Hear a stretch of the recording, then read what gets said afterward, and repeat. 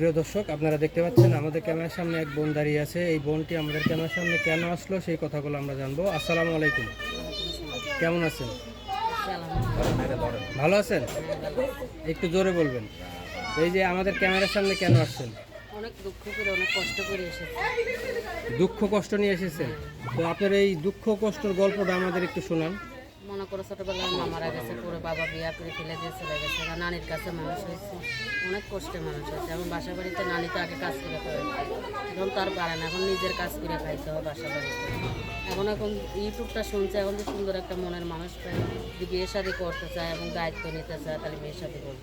এই যে ইউটিউবে আসলে বা ক্যামেরার সামনে আসলে যে ভালো মানুষ পাবেন, এটা কে বলেছে আপনাকে?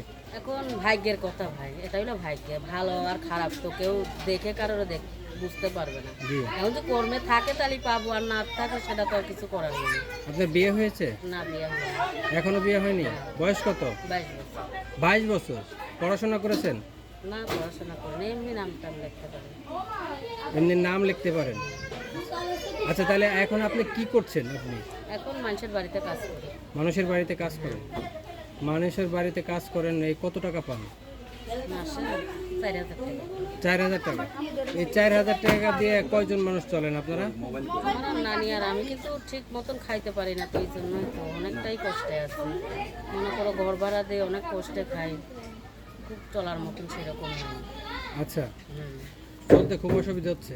পরিবারের আপনার পরিবারের সদস্য কয়জন? আমি আর আমার নানি থাকি।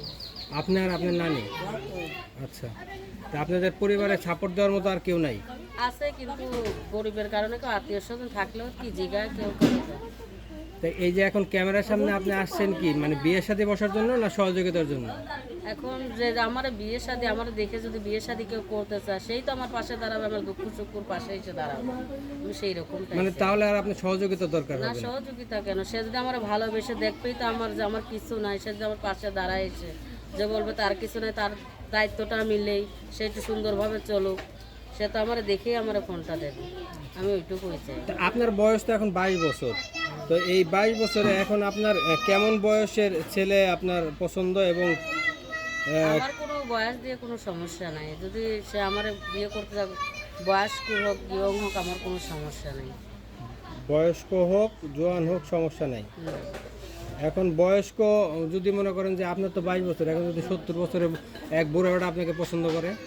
এখন সে যদি আমার ভালো রাখতে চায়, ভালো পড়াইতে চায়, খাওয়াইতে চায়, তাহলে সেই রকম দেখলে তার কাছে বিয়ে বসতেও পারি।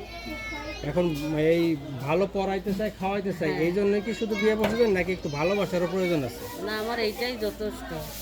ভালোবাসার প্রয়োজন নাই? না, ভালোবাসার পছন্দ নাই। ওটা আমার মনে করো খাইতে পাই না, আর ভালোবাসা দিয়ে কি করবো? যে আচ্ছা এখন সুন্দরভাবে রাখতে পারবে, সুন্দরভাবে পড়াইতে পারবে, আচ্ছা এটাই আমি চাই। আচ্ছা। না, মেয়েরা তো আসলে অনেকটাই আমরা জানি যে মেয়েরা নাকি একটু ভালোবাসা পেলেই আর কোনো কিছু দরকার হয় না। সেটা বড় লোক হইলে হতে পারত, আমরা তো দুঃখ সুখুর মানুষ, যে অনেকটা কষ্টে গিয়ে ছোটবেলা থেকে বড় হয়েছে। এখন যদি একটু সুখের দেখা পাই, তাহলে সেরকম মানুষ দেখলে বিয়ে শাদী বসে যাবো, কোনো সমস্যা নেই। তো এই যে আমাদের এই ভিডিওটি দেশ এবং দেশের বাইরে থেকে দেখবে, যদি কোনো ভাই আপনাকে পছন্দ করে, যদি আপনার সাথে যোগাযোগ করতে চায়, তাহলে সেক্ষেত্রে যোগাযোগের ব্যবস্থা কি? আমি আমার নাম্বার দেবো, মোবাইল নাম্বার। মোবাইল নাম্বার আছে? হ্যাঁ। বলতে পারেন নাম্বার? না, বলতে পারবো না তো, ওখানে দেবো। আমরা বলে দেব। হ্যাঁ, বলো। আপু, আপনার নামটা? বস। বর্ষা।